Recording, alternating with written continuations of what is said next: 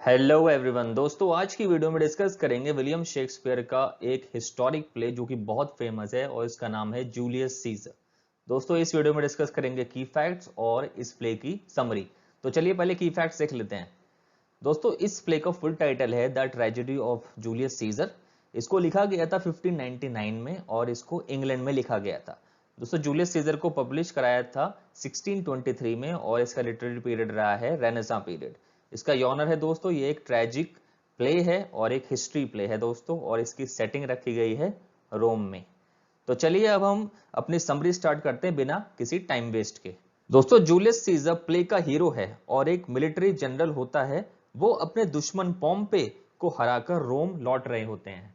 उनके साथ उनके दोस्त और मिलिट्री के अदर जनरल जिनके नाम है ब्रूटस, कैशियस एंड एंटनी भी होते हैं।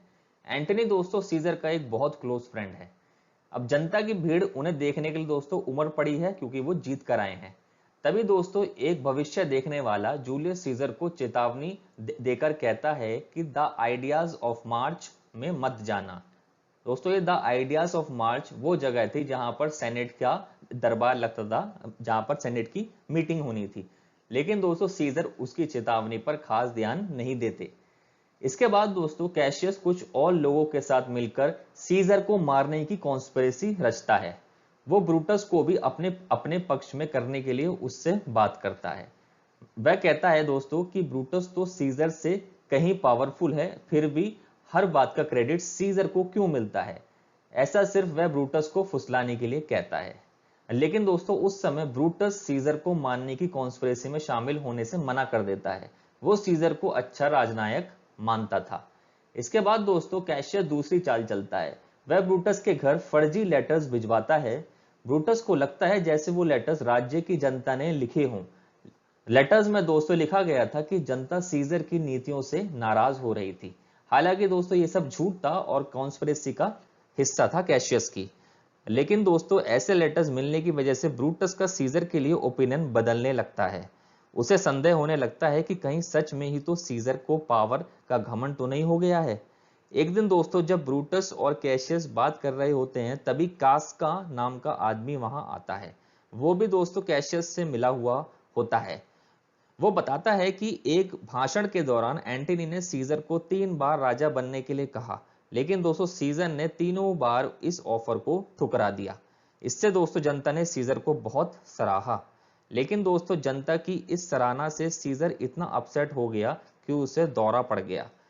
दौरा तो दोस्तों नेचुरल कारणों से पड़ा था, लेकिन कास्का ने इसे तोड़ मरोड़ कर ऐसे बताया ताकि लगे कि सीजर सच में राजा बनना चाहता था। अब दोस्तों ब्रूटस को लगने लगा कि सच में ही सीजर के मन में सत्ता का लालच था।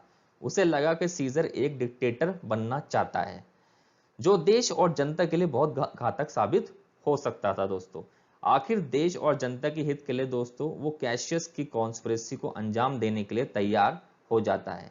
अब दोस्तों कैशियस यह भी कहता है कि सीजर के साथ साथ उसके दोस्त एंटनी को भी मारना होगा हमें। लेकिन दोस्तों ब्रूटस इसके लिए मना कर देता है और कहता है कि एक साथ दो लोगों के मरने से जनता उन पर संदेह करेगी।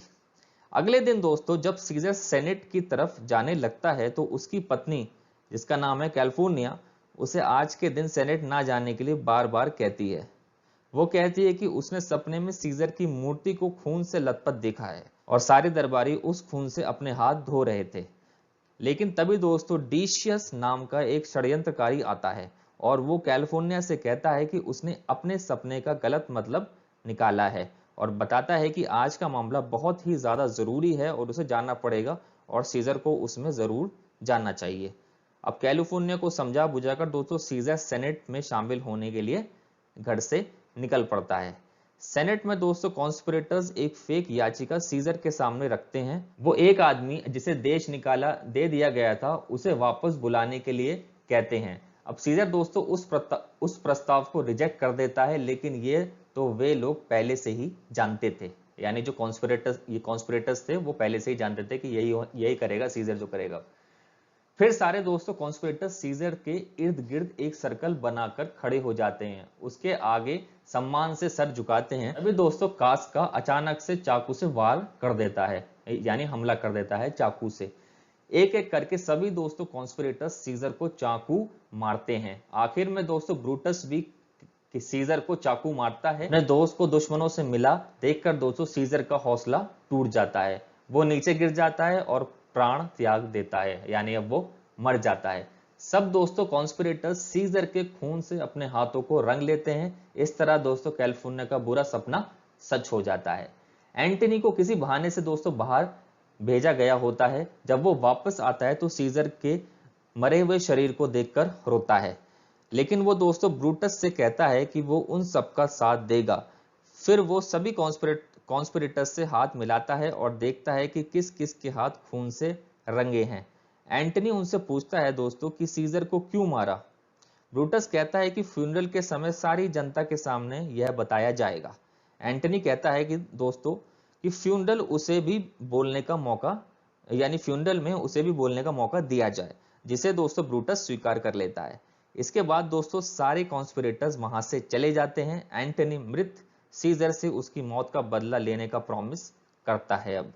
अब दोस्तों फ्यूनरल के मौके पर ब्रूटस जनता को बताता है कि सीजर कैसे सत्ता के मद में चूर हो रहा था। वो डिक्टेटर बनना चाहता था और सारी जनता उसकी गुलाम बन जाती, उनकी सारी आजादी छीन ली जाती। इसलिए जो भी किया गया वो जनता और देश हित में किया गया है। उस समय दोस्तों जनता ब्रूटस की बातों से कन्विंस हो जाती है और उसकी बात मान लेती है। इसके बाद दोस्तों एंटनी ने बोलना शुरू किया, यानी अपनी स्पीच देनी शुरू की। एक एक करके वह सारी परतें खोलने अब लगता है उन सब की।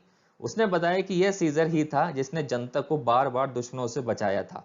उसी की वजह से दोस्तों रोम इतना धनवान बना था, उसी की वजह से सारे दुश्मनों पर विजय हमको मिली थी और रोम का इतना नाम हुआ था।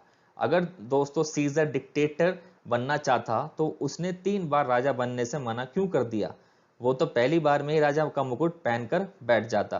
फिर उसने दोस्तों सीजर की लिखी वसीयत पढ़ी, जिसमें लिखा था कि रोम के हर नागरिक को बहुत सा धन दिया जाएगा और उसके सारे बगीचे जनता को उपहार में दे दिए जाएंगे।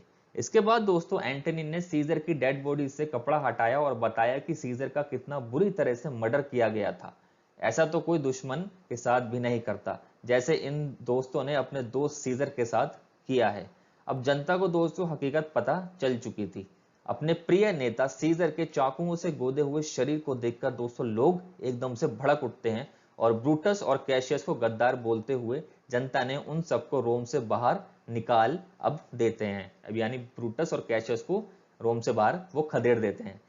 अब दोस्तों आगे एंटनी और सीजर का गोद लिया बेटा जिसका नाम था ऑक्टेवियस, वो कॉन्स्पिरेटस से बदला लेने की तैयारी करने में अब लग जाता है।